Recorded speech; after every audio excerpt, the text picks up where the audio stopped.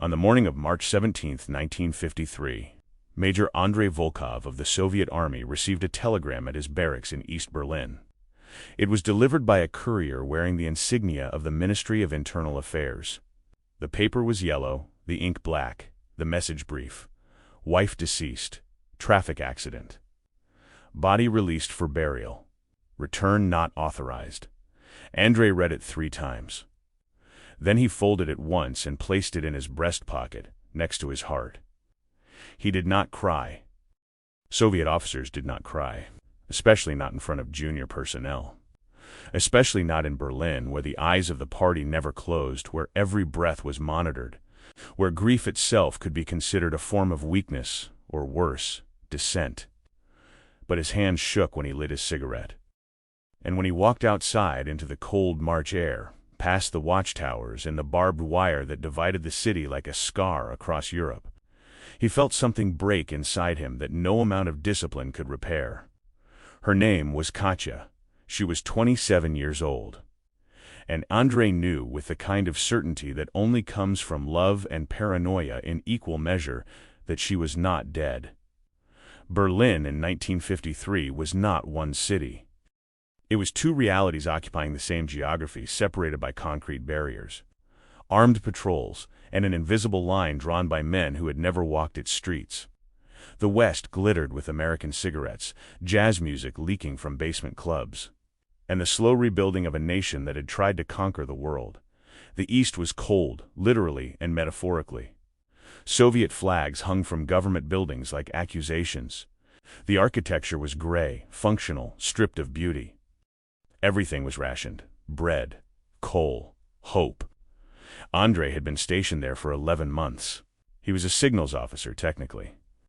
A communications specialist assigned to coordinate military radio traffic between Soviet units occupying the eastern sector.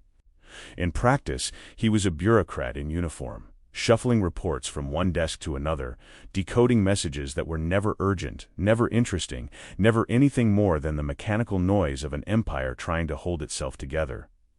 He lived in a shared apartment near Alexanderplatz with 2 other officers.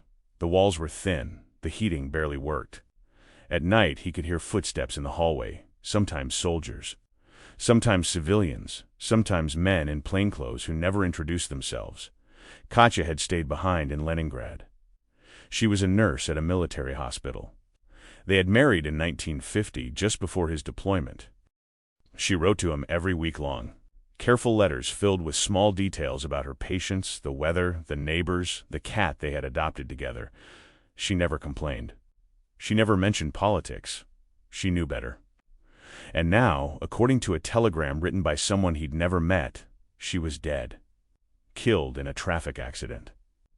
In Leningrad, a city where private cars were rare and military vehicles moved with the discipline of a parade. Andrei did not believe it. Not because he was optimistic, not because he trusted in fate or justice or the kindness of the state, but because 2 weeks earlier Katya had sent him a letter that never arrived. He knew this because on March 3rd, he had received a phone call from a friend in the postal censorship office, a man named Pavel who owed him a favor from their academy days. Pavel's voice had been tight, careful, almost a whisper. "Your wife sent something," he had said. It was flagged. Flagged for what? I don't know. I didn't see the content, but it was pulled from circulation and forwarded to Moscow. I thought you should know. The line had gone dead before Andrei could respond. He had waited for 2 weeks, expecting a knock on the door, an interrogation, a transfer to some remote outpost in Siberia. Instead, he got a telegram telling him his wife was dead. The Soviet occupation of East Germany was not an occupation in the official sense. It was called a temporary security presence, a necessary measure to prevent fascism from rising again, to protect the workers and peasants from Western imperialism, to ensure peace. In reality, it was a police state within a police state. The Ministry for State Security, known in the West as the Stasi. But not yet fully formed in 1953, worked hand in hand with Soviet intelligence.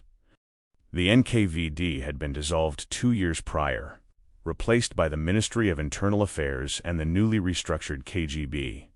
But the methods had not changed. The fear had not diminished. Every street had informants. Every workplace had a party representative. Every conversation could be reported, recorded, analyzed for signs of disloyalty. Andrei had learned to navigate this world carefully. He spoke only when spoken to. He drank vodka with his fellow officers, but never too much. He attended the mandatory political lectures without enthusiasm, but without complaint. He kept his head down and his uniform clean. But now, standing in his small room with the telegram in his hand, he realized that none of that mattered. Because if Katya had been flagged by the censors, then someone had read her letter. And if someone had read it, then someone had decided what to do about it. And the decision, apparently, was to make her disappear. Andrei spent the rest of that day in a fog. He attended his shift at the Communications Center, a concrete bunker beneath the Soviet military headquarters on Friedrichstrasse. The room was filled with radio equipment, encryption machines, typewriters, and maps of Germany marked with red circles indicating Soviet positions. The air smelled like cigarette smoke and machine oil. His commanding officer, Colonel Zhukov, was a heavy-set man with a face like a bulldog and a reputation for cruelty tempered by laziness. He glanced at Andrei when he entered but said nothing. Grief was not an excuse for absence. Duty came first. Andrei sat at his desk and pretended to work. He decoded a message from Moscow about supply shipments. He filed a report on radio interference from American broadcasts. He typed out a requisition form for new vacuum tubes, but his mind was elsewhere. He kept thinking about Pavel's words, flagged, forwarded to Moscow. What had Katya written? She was not political. She had never expressed dissent, never questioned the party, never shown anything but quiet loyalty. She was a nurse. She cared for wounded soldiers. She believed in the ideals of socialism, or at least she had believed enough to marry a Soviet officer and live within the system without complaint.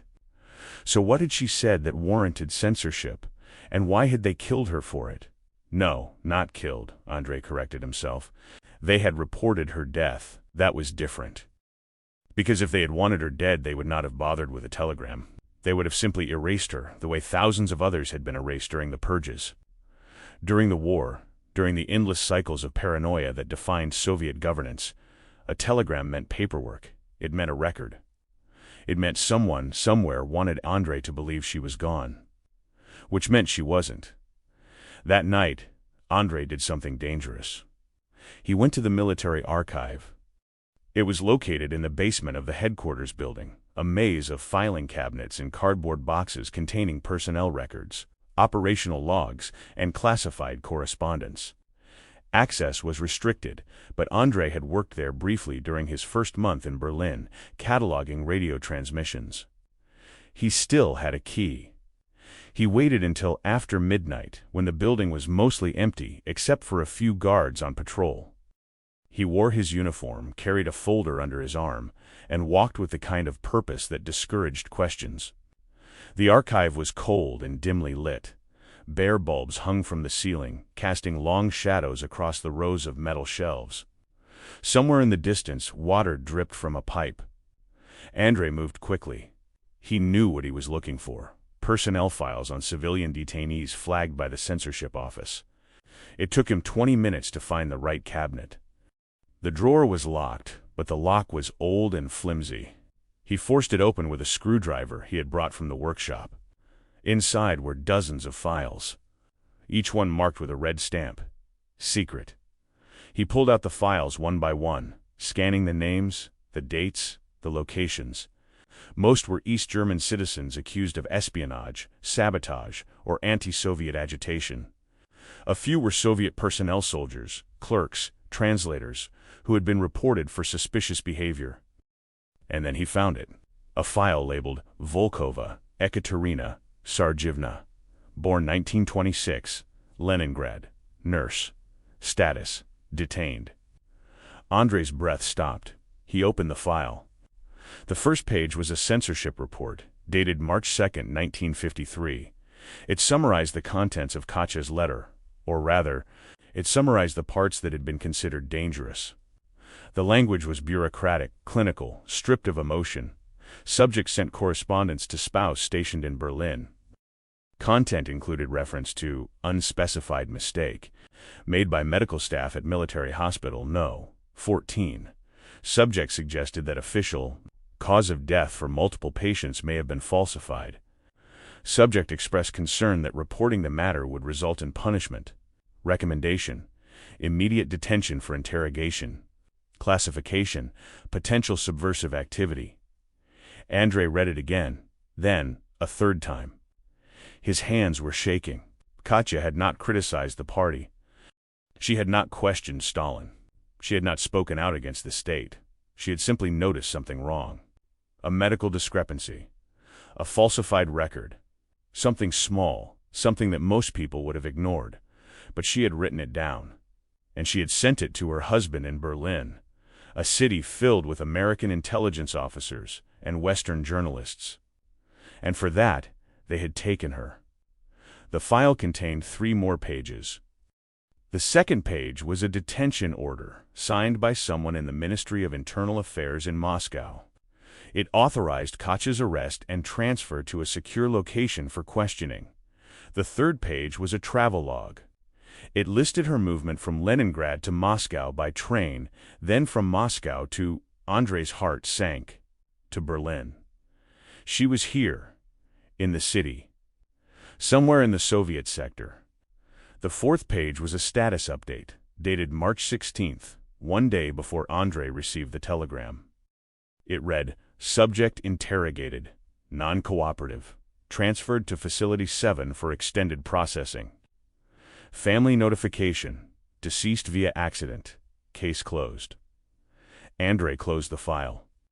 He stood there in the dark archive, surrounded by the ghosts of thousands of other lives reduced to paper and ink, and he understood. They had not killed Katya. They had buried her. And they had told him she was dead so that he would mourn, move on, and never ask questions. Facility 7 was not an official name. It did not appear on any map. It was not listed in any military directory. Soldiers did not speak of it openly, and when they did, it was always in whispers, with glances over their shoulders. But everyone knew it existed. It was one of several interrogation centers scattered throughout East Berlin, hidden inside abandoned factories. Former Nazi bunkers, or requisitioned buildings that looked like schools or warehouses from the outside. These facilities were run by Soviet intelligence with assistance from East German operatives. They were places where people went when they had information the state wanted or when they needed to be reminded of the consequences of disloyalty. Most people who entered Facility 7 did not leave. At least, not the same. Andrei had heard stories second-hand, third-hand, the kind of rumors that circulated among soldiers late at night when the vodka loosened tongues.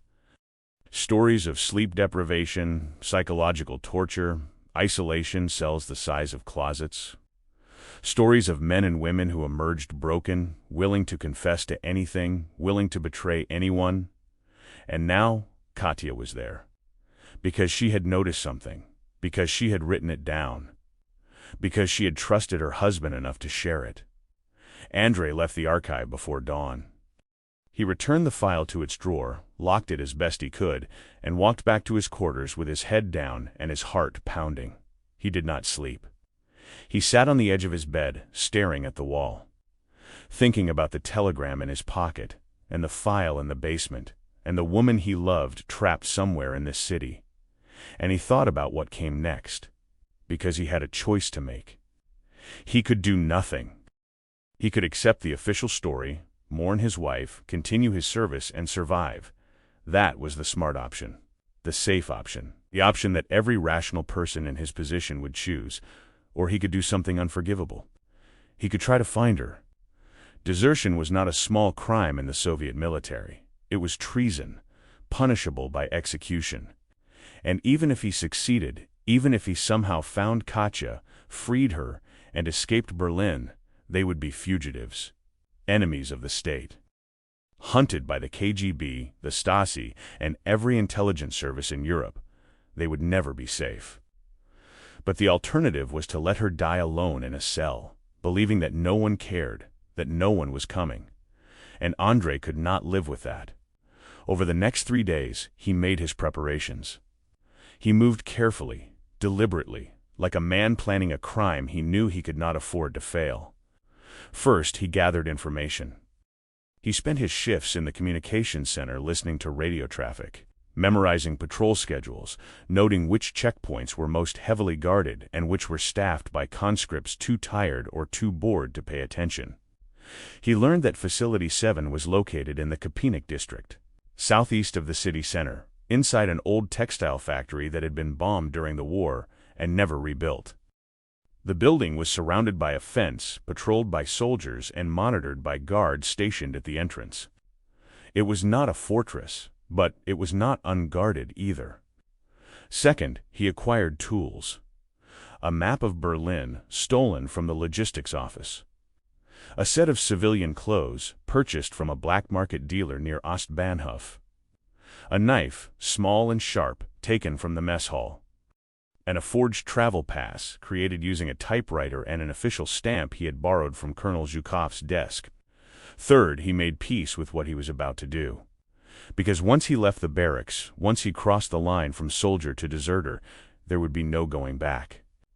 On the night of March 22, 1953, Major Andrei Volkov walked out of the Soviet military compound on Friedrichstrasse and did not return. He wore civilian clothes, a dark coat, a wool cap. Scuffed bootsand carried nothing but a satchel with his tools, his forged papers, and a photograph of Katya taken on their wedding day. The guards at the gate did not stop him. Officers came and went at all hours, and Andrei had learned long ago how to move with authority, how to make himself invisible through sheer confidence. He walked east, toward Köpenick, following streets that were dark and empty except for the occasional patrol. Berlin at night was a different city. The lights were dim. The buildings loomed like tombstones. The air smelled like coal smoke and rain. Andrei kept his head down and his pace steady. He passed a Soviet checkpoint without incident, showing his forged papers to a young soldier who barely glanced at them before waving him through.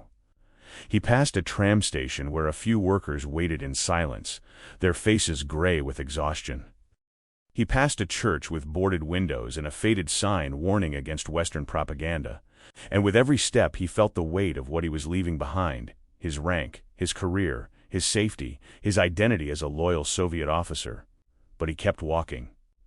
Because somewhere ahead, in a building he had never seen, behind walls he could not yet imagine, Katya was waiting.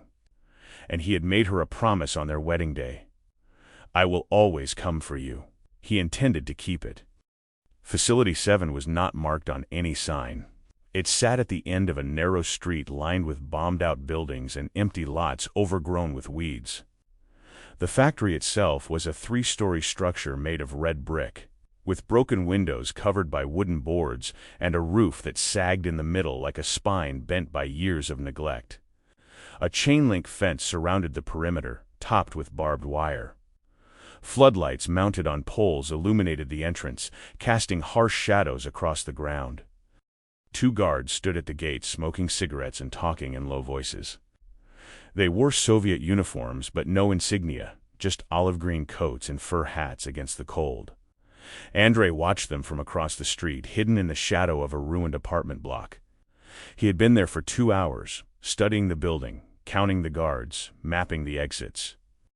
There were 4 visible points of entry: the main gate, a side door on the eastern wall, a loading dock at the rear, and a broken window on the 2nd floor that had been covered with mesh but not repaired.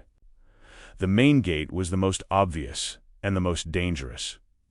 The side door and loading dock were both locked and guarded. That left the window.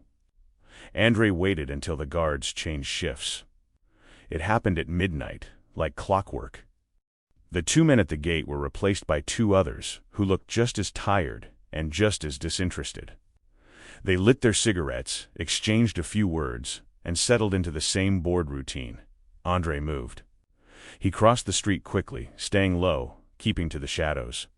He reached the fence and followed it east, away from the lights, until he found a section where the wire had been cut, probably by scavengers looking for scrap metal. He slipped through and crouched behind a pile of rubble, listening. No shouts, no footsteps, no alarms, He moved toward the building. The side wall was pocked with bullet holes and covered in graffiti, German words he could not read, Russian curses he could. He found a drain pipe and tested its strength. It held. He climbed. The metal was cold and slick with frost, but his hands were steady. He had done this kind of thing before, during training exercises, during the war, during the years when survival meant moving quickly and quietly through hostile territory. He reached the second floor and gripped the edge of the broken window. The mesh tore easily. He pulled himself inside and dropped into a dark hallway that smelled like mildew and rust. He was in. The interior of Facility 7 was a labyrinth. Narrow corridors lit by bare bulbs, doors with peeling paint and no markings. Stairwells that descended into darkness. Rooms filled with broken furniture, filing cabinets, and the remnants of whatever the factory had produced before the war. Andrei moved carefully, his knife in one hand, his breath shallow. He passed a room filled with desks and typewriters, an administrative office, abandoned. He passed another room with chains bolted to the wall and a drain in the floor. He did not look too closely. Voices echoed from somewhere below. He followed them.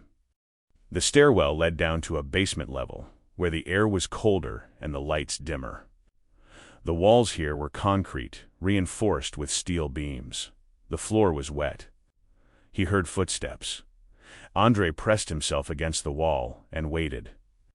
Two men in plainclothes walked past, speaking in Russian. One of them carried a clipboard. The other held a ring of keys. "Says she's not talking," the first man said. "Give her time," the second replied. "They all talk eventually." They disappeared around a corner. Andrei exhaled slowly. "She's alive." He moved forward. The basement was divided into two sections, a corridor lined with metal doors, and a larger room at the end that looked like an old boiler room converted into a processing area. Andrei approached the first door. It had a small window at eye level, covered with a metal shutter. He slid it open and looked inside. The cell was empty except for a cot, a bucket, and a single bulb hanging from the ceiling. He moved to the next door. Empty. The third door. An old man sitting on the floor, staring at nothing. The fourth door. A woman with short hair and bruises on her face. Not Katya. The fifth door. Andrei's heart stopped. She was sitting on the cot with her back against the wall, her knees drawn up to her chest. Her hair was shorter than he remembered, cut roughly, as if with scissors or a blade. Her face was pale, her eyes hollow. But it was her. Katya. Andrei's hand shook as he tried the door. Locked. He pulled out the knife and examined the lock. It was simple, old. The kind used in factories and prisons across the Soviet Union. He had learned how to pick locks during the war, when survival often meant breaking into abandoned buildings for food or shelter. It took him 2 minutes. The lock clicked. The door opened. Katya looked up. For a moment she did not recognize him. Her eyes were unfocused, distant, as if she had been staring at the same wall for so long that nothing else existed. Then her expression changed. Disbelief, shock, fear. "Andrei," she whispered. He stepped inside and closed the door behind him. "I'm here," he said. She stood up slowly, as if her legs could barely hold her. She took a step toward him, then another, and then she collapsed into his arms. She did not cry. She did not speak. She just held onto him like he was the only real thing left in the world, and maybe he was. "We have to go," Andrei said quietly. "Now." Katya nodded, but she was trembling. "Can you walk?" he asked. "Yes." "Then stay close." He opened the door and checked the corridor. Empty.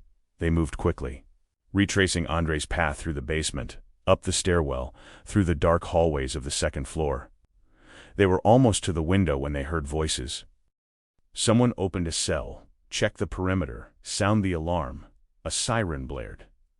Andrei grabbed Katya's hand and ran. They reached the window and climbed out onto the drain pipe. Katya's hands were weak, her grip unsteady, but Andrei held her as they descended. They dropped to the ground and sprinted toward the fence. Behind them, floodlights swept across the yard. Shouts echoed. Dogs barked.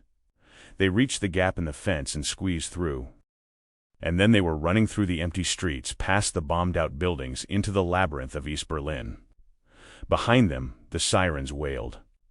And somewhere in the darkness, the machinery of the state began to move. They ran until Katja could no longer breathe. Andrei pulled her into an alley between two collapsed buildings, pressing them both against the cold brick wall. His heart hammered in his chest, his lungs burned. But he kept his hand over her mouth, listening. Footsteps. Boots on cobblestone, moving fast, methodical. A patrol, maybe 4 men, maybe more. They passed the mouth of the alley without stopping, their voices sharp with urgency. Check the tram station. Notify all checkpoints. Orders are to capture alive if possible. The voices faded. Andrei waited another minute, then 2. When he was certain they were alone, he released Katja and looked at her in the dim light. She was shaking. Her face was pale, her lips cracked. She wore the same clothes she had been arrested in, a gray dress, now filthy and torn at the hem. No coat, no shoes, only thin slippers caked with mud. "Can you keep going?" he asked. She nodded, but her eyes were unfocused. "Katja." He took her face in his hands, forcing her to look at him. "Stay with me. We're not safe yet." "I know," she whispered. "I know. East Berlin in 1953 was a city designed for control. Every street corner had a checkpoint. Every building had a warden.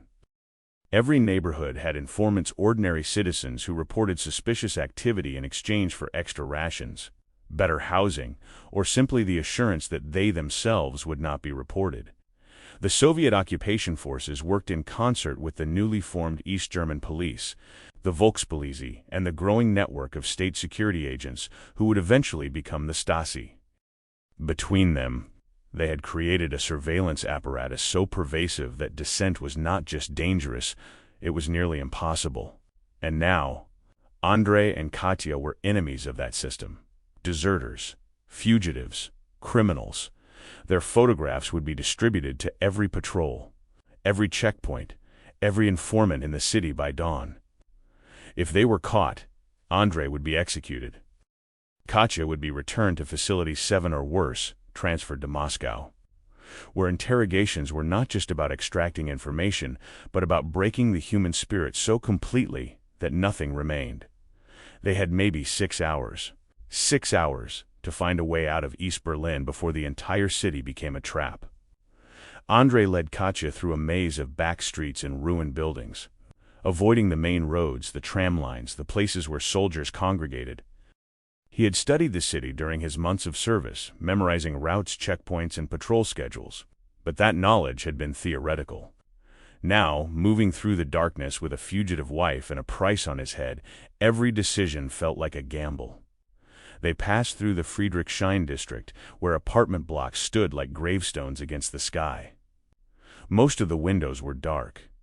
A few showed dim light scandals or kerosene lamps, evidence of lives lived quietly, invisibly, under the weight of occupation. They crossed a railroad yard, slipping between freight cars that smelled of coal and rust. A dog barked somewhere in the distance, but no one came. They reached the Spree River, black and silent under a moonless sky. Andrei stopped. "We need to cross," he said. "How?" Katja's voice was barely a whisper. "There's a bridge 3 blocks east. It's guarded, but at night they only have 2 men on duty. If we're careful, no." She shook her head. "They'll be looking for us. They'll have our descriptions by now. Then what do you suggest?" She looked at the river, then back at him. "We swim." "Katja, the water is freezing." "You're all ready." "I know what I am." Her voice was sharper now, cutting through the exhaustion. "But if we go to the bridge, we die. If we swim, we have a chance." Andrei stared at her. She was right, and he hated it. "Stay close," he said. The Spree was not wide, but it was cold enough to kill. They descended a concrete embankment slick with moss and ice. The water lapped against the stones, black and sluggish. Andrei removed his coat and wrapped it around Katja's shoulders. "Keep your head above water," he said. "Don't fight the current. Just follow me." She nodded. They entered the river together. The cold was immediate, brutal, a shock that drove the air from Andrei's lungs. His muscles seized, his skin burned. But he forced himself to move, pulling Katya with him, kicking toward the opposite shore. The current was stronger than he had expected. It pulled them downstream, away from their intended landing point, toward a section of the riverbank lined with factories and warehouses. Katya gasped. Her grip on his arm tightened. "Keep moving," he said through clenched teeth. They reached the far side and crawled onto the shore, shaking, gasping, their clothes heavy with water. Andrei pulled Katya to her feet, and they stumbled into the shadow of a warehouse, collapsing against the wall. For a long moment neither of them spoke. Then Katya laughed, a quiet, broken sound. "We made it," she said. "We're not out yet," Andrei replied. But he allowed himself a brief, bitter smile. They were now in the Kreuzberg district, technically still part of East Berlin, but close to the border with the American sector. The division between East and West was not yet a wall. In 1953, it was a series of checkpoints, barricades, and patrols. The border itself was porous in places, especially at night, especially for those desperate enough to risk crossing. But desperation alone was not enough. The border was watched constantly. Guards had orders to shoot anyone attempting to flee. The policy was called Schiebefehl, shoot to kill. It had been in effect since the city was divided, and it was enforced ruthlessly. Still, people crossed. Every night a handful of East Berliners risked their lives to reach the West. Some succeeded. Most did not. Andrei knew the odds. He also knew they had no other choice. They moved through Kreuzberg in silence, staying off the main streets, avoiding the few streetlights that still functioned. The district was quieter than Friedrichshain, fewer soldiers, fewer patrols, but that also meant fewer places to hide. They passed a bakery with boarded windows, a butcher shop with a faded sign, a park overgrown with weeds. And then, ahead of them, the border. It was not dramatic. No wall, no gate, no monument. Just a line of sawhorses painted with red and white stripes, a guardhouse lit by a single bulb, and two soldiers standing with rifles slung over their shoulders. Beyond it, the American sector. Freedom. Andrei crouched behind a parked truck, studying the checkpoint. The guards looked bored. One of them was smoking. The other was reading a newspaper by flashlight. "How do we get past them?" Katya whispered. "We don't," Andrei said. "We go around." He pointed east, toward a section of the border where the sawhorses ended and the buildings began, a no-man's land of rubble and empty lots where the line between East and West was less defined. "It's not guarded?" Katya asked. "It's guarded," Andrei said. "Just not visibly. There will be patrols, maybe mines, but it's the only way." She nodded. They moved. The no-man's land was a graveyard. Shattered buildings. Craters from bombs dropped years ago. Twisted metal and broken glass. The ground was uneven, treacherous, littered with debris. Andrei led the way, testing each step, watching for tripwires or disturbed earth that might indicate a mine. Katya followed, her breath shallow, her movements slow. They were halfway across when they heard the voice. "Stop!" Andrei froze. A Soviet soldier stepped out from behind a collapsed wall, his rifle raised. He was young, maybe 20, maybe younger. His uniform was too large for his frame. "Turn around," the soldier said. Slowly, Andrei raised his hands and turned. The soldier's eyes flicked to Katya, then back to Andrei. Recognition dawned on his face. "You're the officer," he said. "From the barracks, the one they're looking for." "Yes," Andrei said. "They said you deserted, that you're a traitor." "I'm not a traitor. Then why are you running?" "Because they took my wife. Because they were going to kill her for noticing something she wasn't supposed to see. Because the system we serve punishes honesty and rewards silence." The soldier's rifle wavered. "That's not true," he said, but his voice lacked conviction. "You know it is," Andrei said quietly. "You've seen it. Maybe not directly, but you've heard the stories. You know what happens to people who ask questions." The soldier said nothing. "Let us go," Andrei said. "Please. We're not enemies. We're just people trying to survive." For a long moment the young soldier stood there, his rifle still raised, his face pale in the moonlight. Then he lowered the weapon. "Go," he said, "before I change my mind." Andrei did not wait. He grabbed Katya's hand and they ran. Behind them, the soldier watched and did not fire. They crossed into the American sector at 4:37 a.m. on March 23, 1953. There was no fanfare, no celebration, just a shift in the atmosphere. The air felt lighter, the streets less oppressive, the buildings less broken. They stumbled into a narrow alley and collapsed against the wall, gasping, shaking, unable to believe what they had just done. "We made it," Katya whispered. "We made it," Andrei repeated. But even as he said it, he knew the truth. They had escaped East Berlin. But they had not escaped the Soviet Union. Not really. Because the KGB did not forget. The Ministry of Internal Affairs did not forgive. Deserters were hunted across borders, across continents, across decades. Andrei and Katya were free, but they would never be safe. In the months that followed, Andrei and Katya learned what it meant to live as ghosts. They were processed by American intelligence officers who asked questions politely, carefully, but endlessly. What did Andrei know about Soviet communications? What had Katya seen at the hospital? Were they willing to cooperate? Andrei answered honestly. He had no love for the system that had branded him a traitor. He provided details about radio frequencies, encryption protocols, troop movements. It was not much, but it was enough to secure temporary asylum. They were given new identities, new papers, a small apartment in West Berlin paid for by American intelligence in exchange for Andrei's continued cooperation. They lived quietly. Katya found work as a nurse at a civilian hospital. Andrei took a job as a translator, working for an American firm that contracted with the military. They spoke German poorly and English worse. They had no friends, no family, no community. They were alive, but they were not living.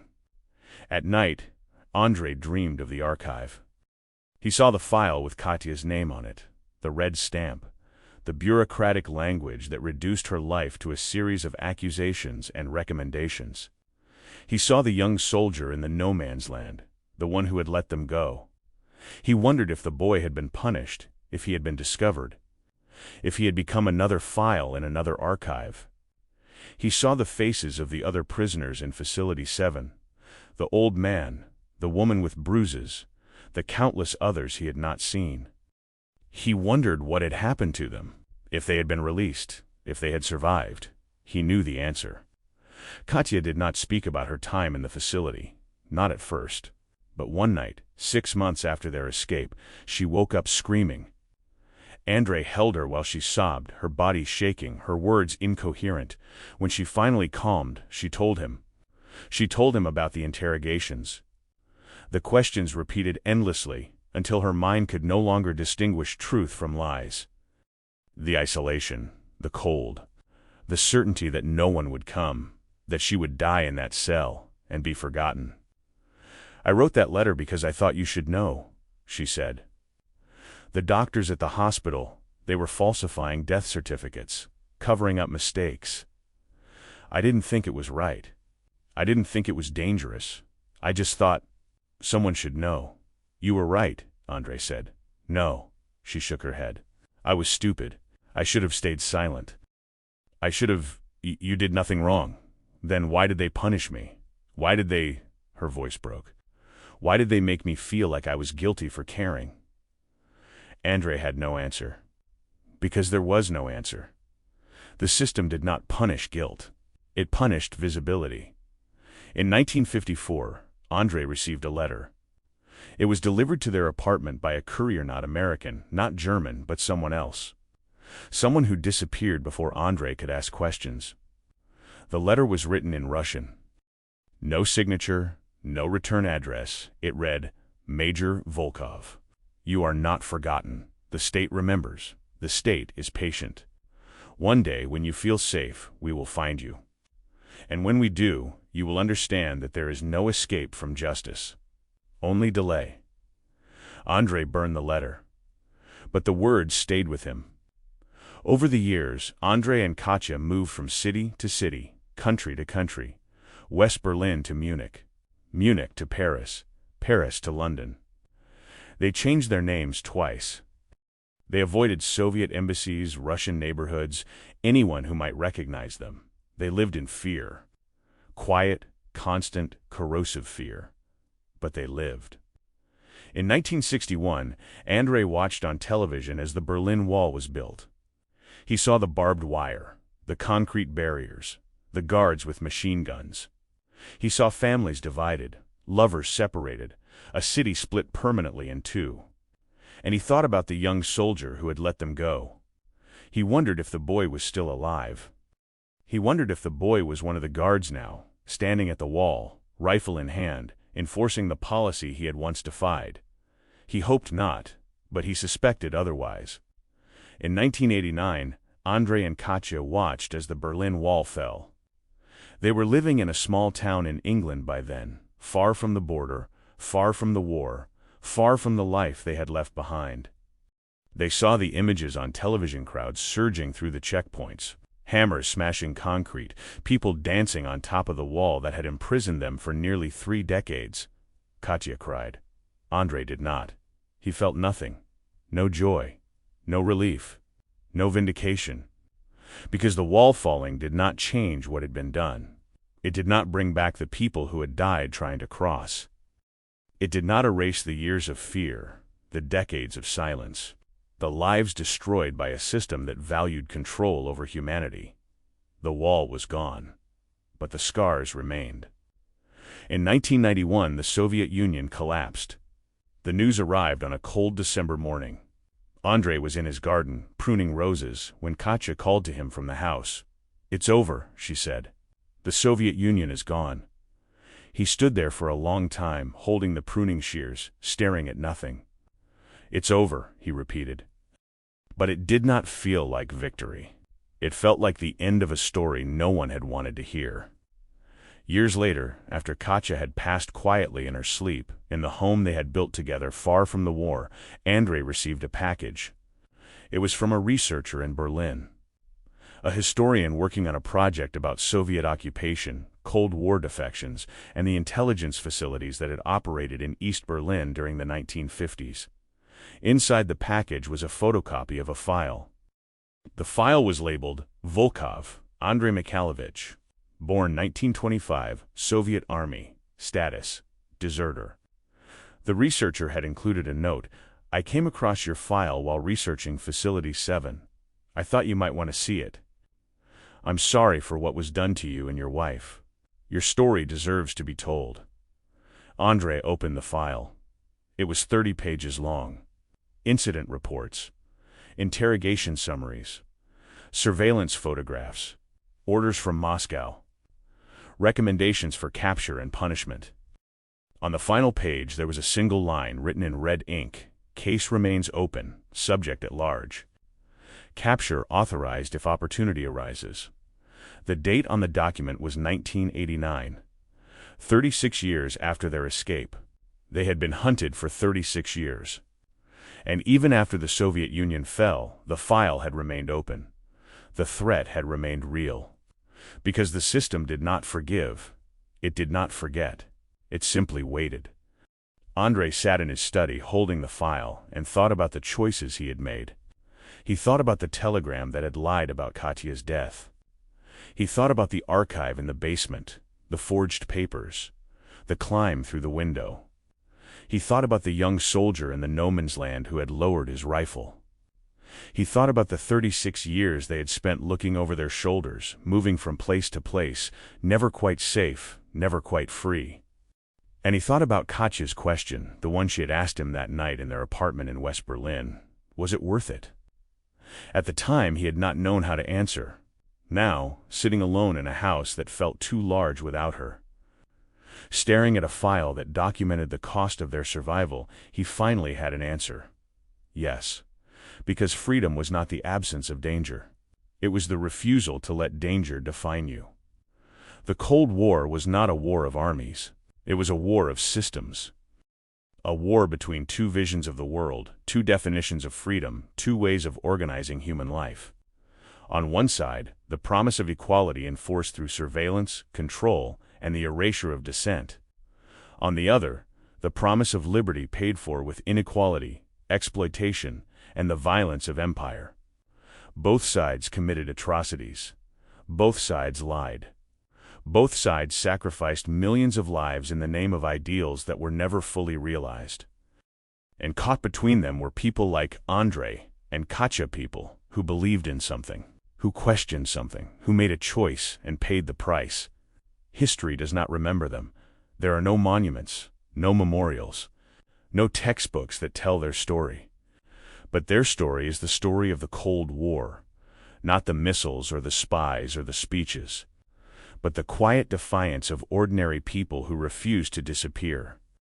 In 2003, a historian published a book about Soviet interrogation facilities in East Berlin. The book included a brief mention of Facility 7, located in the Kapinik district, and a note about a nurse named Ekaterina Volkova, who had been detained in 1953 for reporting medical irregularities. The historian wrote, according to recovered documents, Volkova was held for 3 weeks before her file was closed with the notation deceased. No body was ever recovered. It is believed she was either executed or transferred to a labor camp in the Soviet Union.